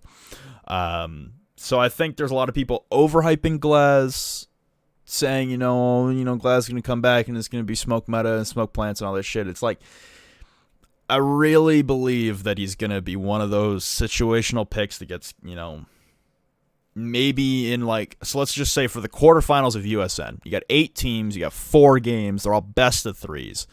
I think you don't see Glaz for more than 5 rounds max out of all 4 of those games. Just because teams have learned how to play without him. And he's the only one who can take advantage of smoke plants right now on the attacking side. And there's a lot of fucking utility now in the defense that can see through smokes. You've got more things on defense that can see through smokes now than attackers have. Right? Like, you're putting yourself at a disadvantage now by trying to go for smoke plants. So, like I said, I think he'll be situational. I'm sure there are certain executes that teams have in mind that could be brought out on the fly and Glaz could help with. But at the end of the day, if you're moving, you're going to lose your visibility through the smoke. And if you don't have smokes down, then you have a shitty DMR against a fully automatic weapon. I'm taking the fully automatic weapon in pro players' hands any day of the week. That's my thing on Glaz. Jackal, very happy with the Jackal changes. Very, very, very, very, very happy with the Jackal changes. James Maiello, number 1, who's your favorite caster from OGA? Definitely Dez. Number 2, thoughts on Bikini Body bitching on Twitter about Zofia Withstand. I can't think of anyone who has ever thought that Withstand was OP. I don't think anyone thought the Withstand is overpowered. I think we've all collectively agreed that the Withstand is fucking dumb. Like, why does it exist, is my question. That's my only thing. Like, there's plenty of cases in which a Withstand has actually won pro teams around. Now, granted, it's like 10 out of 2.5 years of her existence, but, I mean, they are round-changing events, and they are sometimes, in the case of DreamHack Montreal in 2018, those are rounds that really are difference makers and really did shift the tides for Cloud9, then now known as Reciprocity, making it to the Invitational in 2019, right? Like, it's not so much that the Withstand is overpowered as that the Withstand seems kind of pointless, and that it makes Zofia just this fucking walking one-man army of, hey, I have soft destruction, I am 2 armor, I have an ACOG with a nasty rifle, I have concussions on top of my soft destruction impacts, or you can take breaching charges on top of the or the lifeline impacts, or I have Claymore to watch my own flank. I have a pistol. It was the first pistol in the game to get an integrated fucking red dot sight for some godforsaken reason, right? Like, there's just... And then you have the withstand, and she's 50% more immune to Ella's and shit. And it's like, why? Why does she need to be a fucking super soldier, right? Like, why does the withstand need to exist? Why does the 50... I get it, it's the sister rivalry thing. Shut the fuck up. Why does that need to exist? Why do I need soft breach and concussions and a claymore and a special secondary weapon and a nasty weapon and B2 armor to tank bullets? Like, why does she need everything, right? Like, she's just too good at everything in the game. That's, I think, what the point of the conversation is. Where's your dream place to live? Probably Seattle. Fire of Doom 2000, number 1. Should the invite spot even be a thing? I just went over all of this, I think. Yeah, I just went over all that. Okay. Yeah, I went over it all. Number 2, what did you think of Canadian's performance specifically as compared to his performance on EG? I thought Troy was obviously in a very, very different role than what he's typically used to. And I don't think I've ever seen him play Breach in my entire life, to be completely honest. I think he's played like, or not Soul Hard Breach, not like Thermite and shit like that. I think he's definitely had his days on Hibana. It's like a secondary Breach back in the day. But I don't think I've ever seen him play Thermite before, at least not this regularly. So, his performance specifically as compared to his performance on Evil Geniuses, I will say his performance was different.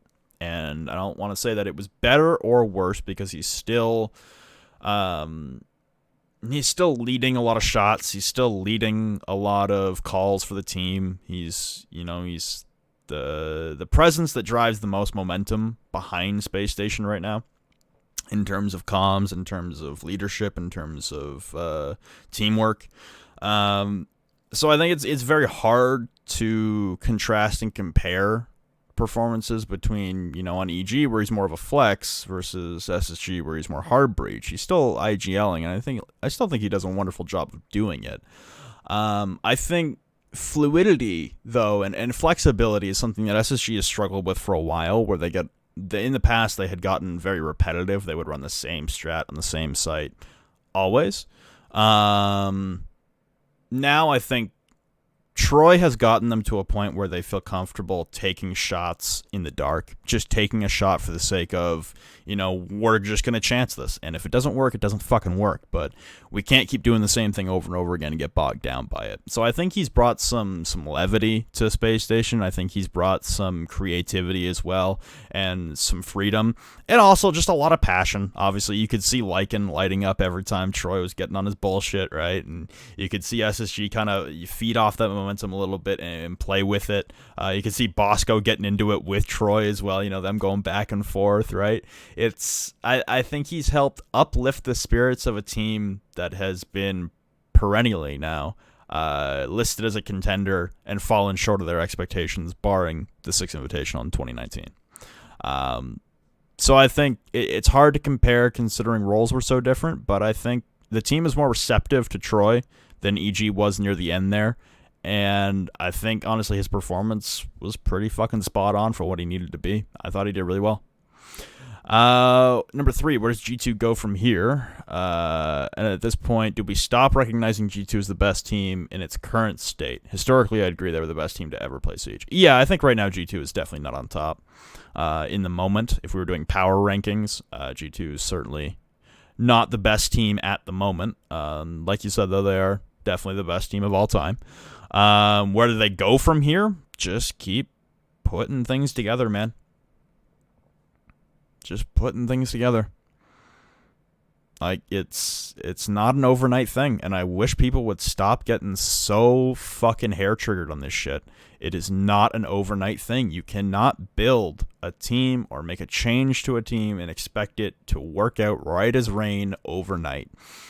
Are there problems with G2's play, especially in their game at OGA? Yeah, but like I said, you got to give credit to MIBR for playing better than I think anyone would have expected from them, and honestly, historically, I think we've ever seen from them. This was some of their best performances of their lives, and it just happened to be up against G2, who wasn't quite ready for it. And it happens. But, you know, it's not like they're all of a sudden going to get relegated at a pro league. It's not like they're going to stop showing up to majors now. It's not like they're going to stop winning championships. They won the title in 2019 for world champion. They most likely will get that invite if they don't win the qual spot to go back and do it again in 2020. At the end of the day, this team is not going to fall off and disappear into obscurity over one roster change. The team still has a lot of road in front of it, and it's very, very early days with Cryan. So I think everyone just needs to take a fucking breather on saying that G2 is over and that their reign is done, because we've said that too many times after too many roster changes. Look what happened after fucking, was it after Jonas left when they brought in Uno? Yeah, the same thing happened with Uno, yeah. I don't know why I blanked on that so hard. The same fucking thing happened with Uno, and then all of a sudden they make a run to the finals in Raleigh, man. And then they make that run at the end of Pro League. Dude, the team just needs some time. That's all it is. They just need some time. It's not Duffman89. I recently started getting into Overwatch and the Overwatch League, and I think that CG Sports could learn a lot from the Overwatch's scene. I really like how Blizzard actually promotes the league and how the majority of Overwatch's casual community seems to be at least aware of its existence. If you guys are familiar with the OWL, what do you think Siege could learn from it, and what could it learn from Siege, and how do you think Ubisoft can make Siege's casual community more aware of and interested in Pro League? This is something we've covered plenty of times before in the past, so I will very, very briefly cover this. The Siege esports scene lacks advertisement and lacks visibility in terms of the casual player base's eyes. I think we're honestly at a point now where it's unfixable. I think we are at a point where it's unfixable. I think there's too much of the casual community that doesn't give a fuck and hasn't given a fuck for 4 years now. I think they play the game to have fun, and some of us play the game to compete and win. Some of them just play to have fun.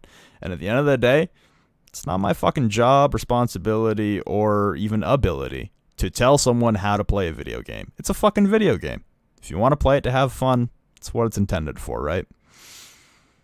I think there's definitely more steps that could be taken, like an esports tab in the game, better advertisement for minors and majors and Pro League in general inside of the game, some kind of way to watch games inside the client, right? Like, we've been over this a million fucking times, and it's not just us. It's not just me and Sam.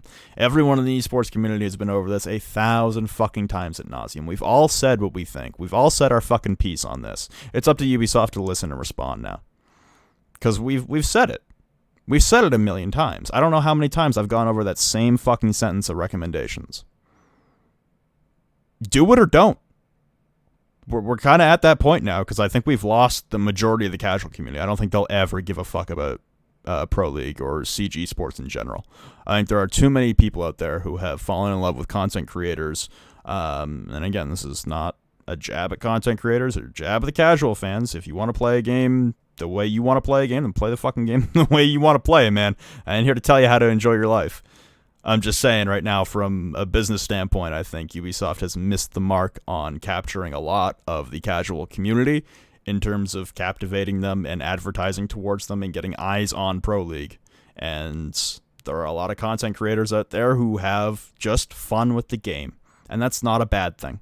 And you shouldn't villainize it. It's just the game right now has more of a casual fan base than an esports fan base. And that's probably just the way it's going to be. I think we're too deep in to change that. To meaningfully change it in the eyes and the hearts of the vast casual community. I think it's just too far gone. Mayviel, number 1. So Cryan had a poor performance, yes. Would you attribute this to him being new or to something else? In my opinion, he just isn't the same kind of caliber of player as someone like Goga or many other Pro League players, at least not right now. I guess we'll just have to watch more matches being played with him to properly assess. I think Cryan did okay at SI with the team that was Mockit, that then was Na'Vi, that is now Orgless, that now doesn't have Cryan on it, if that makes any sense, if you follow the timeline. I thought he was all right. I didn't see anything spectacular at SI from him.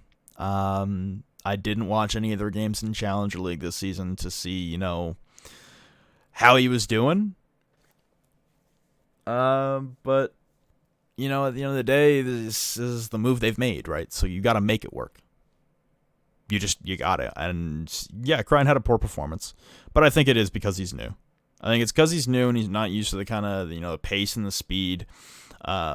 It's a funny topic, and I know a lot of you despise whenever I talk about traditional sports, but I am going to for a minute here. If you want to skip past it, by all means. But in the NHL, there's been a big conversation around my favorite hockey team, the Toronto Maple Leafs, about their backup goalie situation. And how they just don't have anyone in the system, in the organization, anywhere right now that can stop a beach ball beyond their starting goaltender right now. They don't have a backup goaltender that can play the game and get a win and keep pucks out of the net, right? And there were a lot of questions about it, and a lot of interviews about it, and there were a couple goalies that actually came forward to, not from the Leafs, but other goalies that came forward who had played previously in the league and had gone over to like Europe or something, or had retired recently, or just aren't playing anymore. But, ex-goalies had come forward to say, listen, you don't know what it's like until you're there. You can be an AHL goalie, which is the league right below the National Hockey League. You can be a fantastic AHL goalie, but you don't know how hard they rip it, and you don't know how well they pass it, and you don't know how quickly those shots change directions until you're actually there in the moment. And I think for Krein, it's a situation of, yeah, you just hadn't seen shit coming at him that fast before. And, we talk about the gap between EU Pro League and EU Challenger League maybe not being as far as, NA, and that's very true. But I think at the end of the day, there's still a gap, right? There's still a gap in terms of execution. And this is G2, right? They're expecting flawless. They're expecting perfect execution of every round. It's going to take some time to adjust to that kind of speed and pace. I'm sure the information coming at him is a lot faster and a lot more that needs to be acted on in the moment or stored for later than on previous teams he's played on. There's a lot of situations where, in Challenger League, for my team specifically, comms would be given out for the moment, in the moment, nothing for the future. And once you move up a little bit, there's future comms that you kind of got to pay attention to. And this is something you just try to track in the back of your head. But if someone says, there's someone had spawned here, shot this cam, and is heading towards this. Well, if they're a hard breacher, you can kind of path out where they're going to go. They get one hatch, they move on to another hatch. Okay, you can tell where the third hatch is going to go. And stuff like that, where you can kind of predict the play. That's an edge that I don't even have down well, and obviously Pro League players need to have down. They need to be able to predict movements of their opponents. And I think a lot of that information comes at you at crazy speeds in G2's comms and Pro League teams' comms in general, with how loud they get, how frantic they get, how fast they get, and that's a trial by fire right there. There's not really a whole lot else that can prepare you for that. So I think Krein will be fine. I do agree, though. I don't think he's the same kind of caliber of player as Goga. I think Goga honestly outshines him. But hey, that's how she goes. Number 3 from Mayville, because number 2 got scratched out. What the fuck was up with EU this tournament? I don't know. But everyone got their laughs in. Just a whiffed performance from EU and one hell of a performance from LATAM. Number 4, I want to know where the fuck Goga is going. Leak that shit now. No. Much love. The one guy in this Q&A with a pronounceable name. Yeah, basically. On to Commander Posh. Sorry, I still don't know your fucking name. Number 1, what's the biggest difference to you of SSG on LAN now and SSG on LAN during Invite? They looked okay at OGA, but nothing like the near G2 killer of last year. I tend to disagree with that. I think G2 looks just about as good as they did back in February. I think honestly they look different. Don't get me wrong, they definitely look different. They play different with different people on the roster, obviously, but I think they still look as well-equipped to take on a task. They still look as engaged and as reactive as they need to be and as they were. I don't see a whole lot of flaws in their gameplay, much like I didn't in February at SI. They looked... Well, I mean, even in some of their games at SI, I think everyone remembers the G2 SSG game, but there were some SSG games earlier on in groups where they did not look as tight.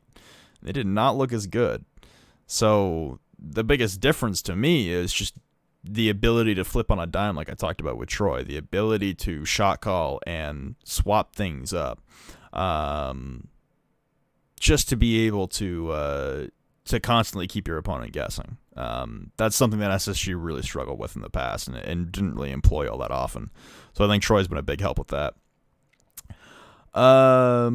Number 2, what little things do you / did you do to keep your girlfriend happy? Well, I've been single for a very long time. I don't know. Fuck, man. That's weirdly personal. Yeah. I'm gonna not. Number 3, can either of you rap? The both of us listen to a lot of rap. I don't think I would be very good at doing it, like, without music behind me, but, yeah. I don't know, we both listen to a shit ton of rap.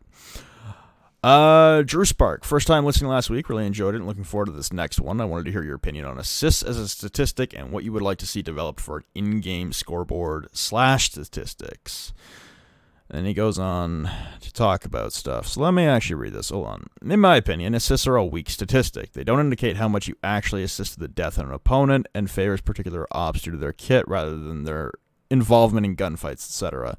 I'd like to see a damage dealt statistic instead, which would provide a lot more info for the effectiveness of lethal utility usage as well as gun damage, etc. I understand that this is okay, hold on. Do we fail to proofread again, or am I having a stroke? I understand that this on You didn't proofread. I'm not having a stroke, I promise. I understand that this on... Oh, never mind, I am stupid. I understand that this on an in-game... you need an N at the end of that A. An in-game scoreboard wouldn't work for comp, as it would contradict the rule of not having points indicators on for matches. But I think we need some development in this area, perhaps towards the level of detail that CSGO has. Do you agree? What would you like to see added or changed to the scoreboard, if at all? Everything. Fuck the scoreboard in its current format. Holy shit. Yes, assists are garbage. Nobody cares about assists. Assists are literally fucking pointless. You step on a goo mine, you do 10 damage while you're already dead, and boom, you gave him an assist. Like, no, assists are pointless. You can have Twitch fucking run into site, zap everyone, don't do anything, sit and spawn, jack off for the whole round. Their entire enemy team dies, and boom, you get 5 assists. Like, no, it's a garbage stat. It doesn't indicate anything. ADR would be really nice from Siege, like average damage per round. But that would involve, actually, I don't know, employing some kind of API to track a lot of these stats, like droning time would be nice to see. And I think you're right, having it in the in-game scoreboard would not be smart because, players could see that shit. So let's just have it all as an overlay for casting for esports matches. Hey, wouldn't that be great? Or, in some future fucking world of lollipops and unicorns, have actual games exported with VODs and API data that you could extract. That'd be great. Replay system, please. Please. Sijakov. Hey guys, sorry this has been talked about already in the podcast, but I'd like your guys' opinion on how BO5 should work when there's double elim. Oh, God, I already answered this. Okay, the TLDR. I'm going to read the TLDR. I just don't want to read a whole fucking paragraph. Sorry, bud. Giving one map to the team in the upper bracket as BO5 is too advantageous. There's surely other ways to reward that team, but I've already been over this. I've said my piece on it. Crossfire DCR. Since you wanted different questions, at Flynn, what will Stokes find in his Christmas stocking? Unless his stocking finds him, if you catch my drift. I don't. Phil's stocking with bar of soap and Pat's palm. I don't fucking know what you're talking about. What will Stokes find in his Christmas stocking? Hopefully his gravestone, and he digs the grave and jumps in it and dies. Beamer Fatty, why were so many pros opposed to the idea of Liquid being a potential winner? Asked tons of pros on stream before the event, and they were all going SSG, BDS, G2, and Secret. Do you feel the pro consensus will change on that front? No, LATAM's pretty neglected. I mean, even us, we didn't say Liquid or MIBR were going to do anything at the event, and that's because Liquid has a long-standing history of choking in events like this, and MIBR looked like they were going to get relegated a month ago. I think a lot of those assumptions are pretty fucking accurate. Like, you have Team Secret who missed out on Pro League because you had BDS and Force in Challenger League with them. You've got G2, who's G2. You have BDS, who looked pretty damn good in Montreal and have looked damn good in Challenger League ever since. And you have SSG, who have the change, and they look a lot better, right? All those teams heading in had big expectations because they looked good. There was nothing to indicate that Liquid or MIBR were going to do well. Where would you rank Liquid compared to teams like FaZe and NiP currently? That's a tough one, because like FaZe and NiP, I always put a lot of faith in FaZe, and they've shown me that anytime I put any faith in them, they let me down. So anytime if at any point in my life I stop believing in FaZe, put $50 on them and you'll cash in. NIP I think is just a deeper team, but Liquid, honestly, I don't know. I'd say NIP is your number one, hands down. I'd say FaZe and Liquid are like tied for the 1A though. Like, I don't think there's that much of a difference. Like, it always has been, man. It's always been this way. It's always been the revolving door of Liquid, FaZe, NIP, and MIBR, regardless of what org they were under. But the last 2.5 years, 3 years, it's always been this. It's been the revolving door of up and down of who's on top at the moment. Like, NIP looked like a fucking dumpster fire a year ago, and MIBR looked like they maybe kind of sort of could do something a year ago, and you know, FaZe got absolutely doused in Rio by G2 a year ago, and Liquid as well didn't make it to Rio. They didn't make it to Milan. They didn't make it to Japan. They missed out on 3 fucking lands in a row. They just did not look like a good team for a very long time. My opinion is Liquid has been too good at LAN to not rank them ahead of them currently in LATAM. The last 3 lands they won BR6. They barely lost to TSM at Montreal in the grand final, and they dominated arguably the most stacked field at a minor just now at OGA. I would argue MIBR had a harder road than Liquid, but anyway, we can agree to disagree. I'd go so far to put them as 5th in the world right now. Now that's... Now that's... Alright, let's see if we can name 5 teams better than Liquid in the moment right now. Well, probably Empire. I'm actually going to go CGG and see their rankings and see if I agree with them or not. It's a brand new segment on the show called I Don't Really... Here we go. Where the fuck are the rankings? Team rankings. There we go. Alright, so we got Empire number 1. Na'Vi number 2. Liquid currently ranked at number 3 by CGG. G2 at 4. Dark Zero at 5. TSM at 6. Secret at 7. SSG at 8. Fours at 9. Fascinating. And the Giants at 10. There's some other teams down here. I think, honestly, I still put NIP as a full team above Liquid. Just because they historically have some pretty good land runs in their back pocket as well. I put Empire above them. I put Na'Vi above them. I haven't seen this Dark Zero lineup right now to really say I'd put them above Liquid. I'd put TSM above Liquid, considering they beat them head-to-head. I'd probably, if it's not on LAN, then I put the Giants above them, but if it's on LAN, I don't, right? There's a few teams out there. Like top 5... I would say is generous. Top 10 I would agree with. But I don't think they've ever fallen out of like the top 15 in the world in terms of their ability. It's just always their performance. They suck in BO1s. They suck online. I don't know. They've just missed a lot of lands in a row, and they've become very neglected. Who you guys got in USN in each region quals for SI? I already went over that. Been a great year tuning into your podcast, guys. You're my favorite shitters in the scene. Much love. All right, get the fuck out of here. Tim Kelly, one question, nice and simple and straight to the point. Do you guys watch any other esports? I don't really. No. And I don't think Sam watches a whole lot of other esports. I think he follows CSGO, kinda, sorta, maybe. I don't know.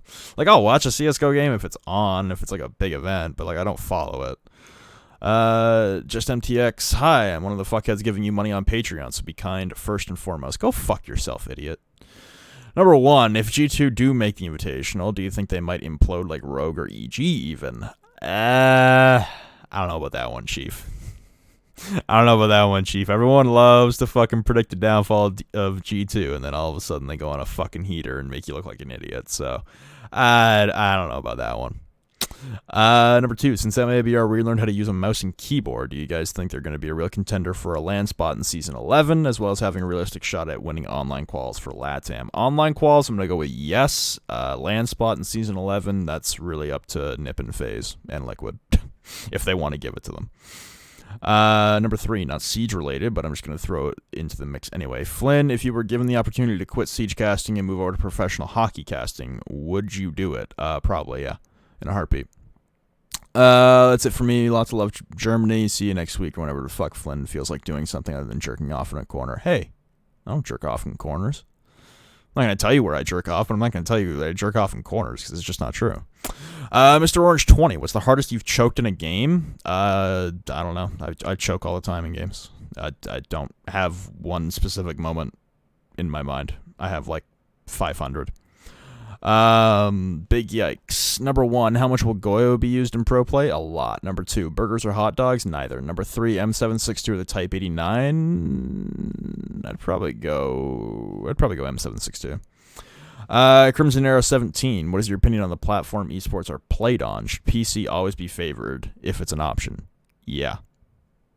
Yes, PC is always the better option. Halo just came out on PC, leaving the possibility for its esports to move there, as it has struggled a bit as a console esport.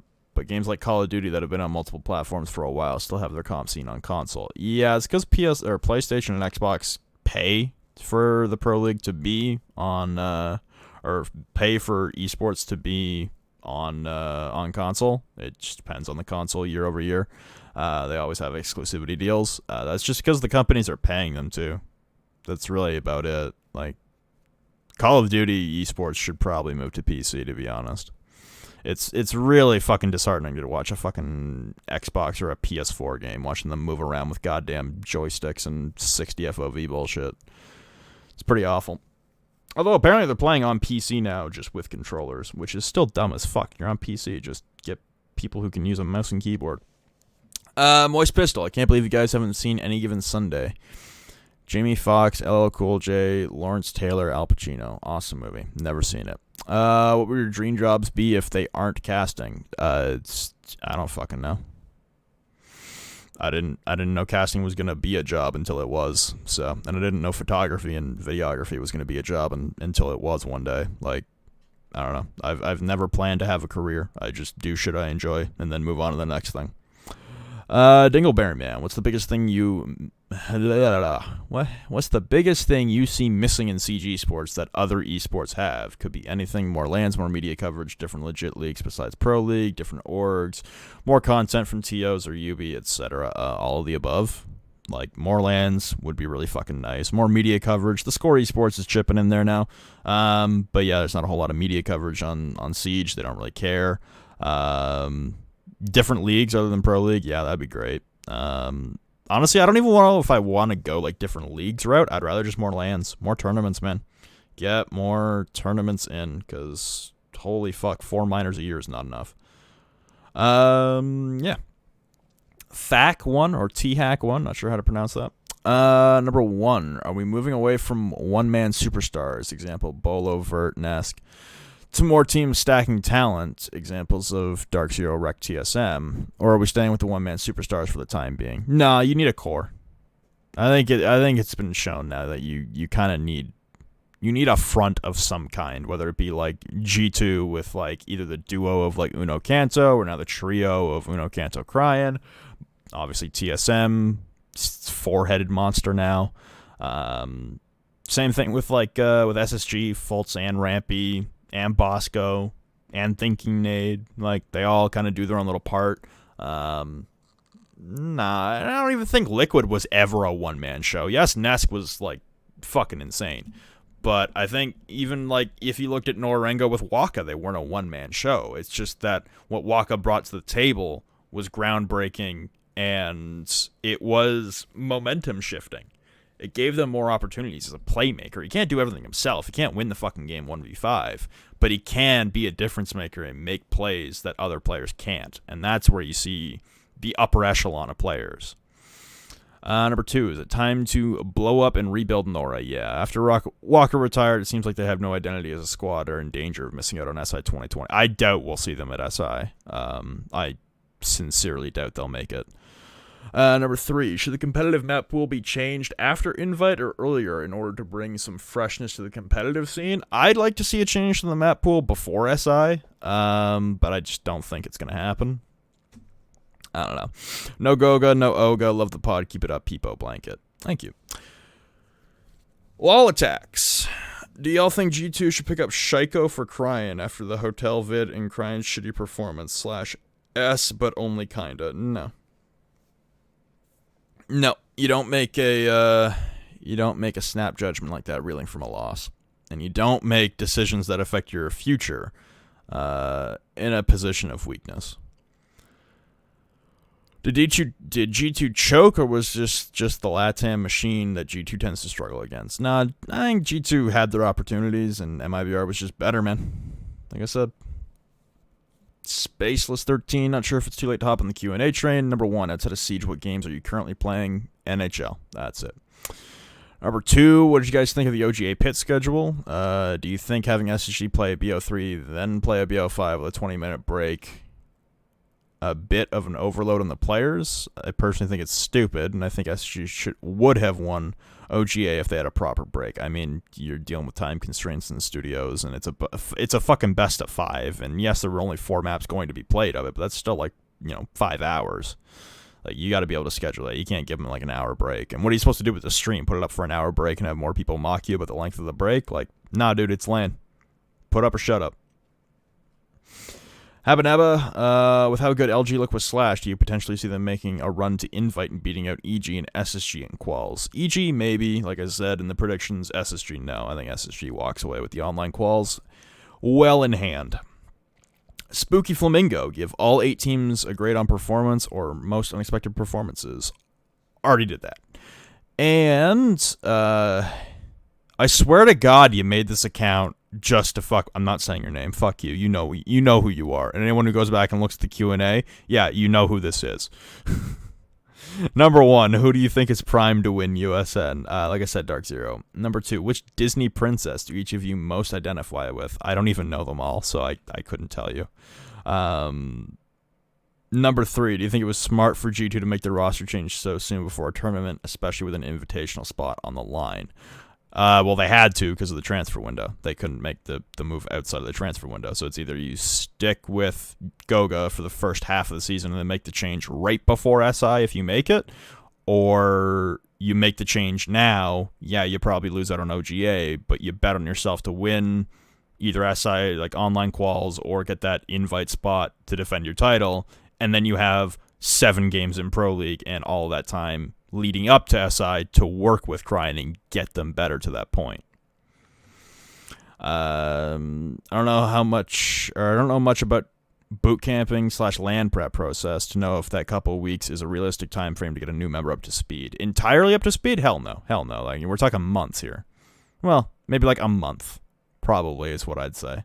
To get from having 0 experience with the team to being completely fluent and being at 100% playing your best Siege, probably a month.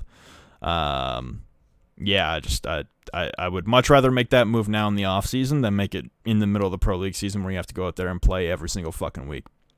Because now they don't have to play until January. They have basically the rest of the month off to fuck off and regroup and wait until the new year to get their shit together.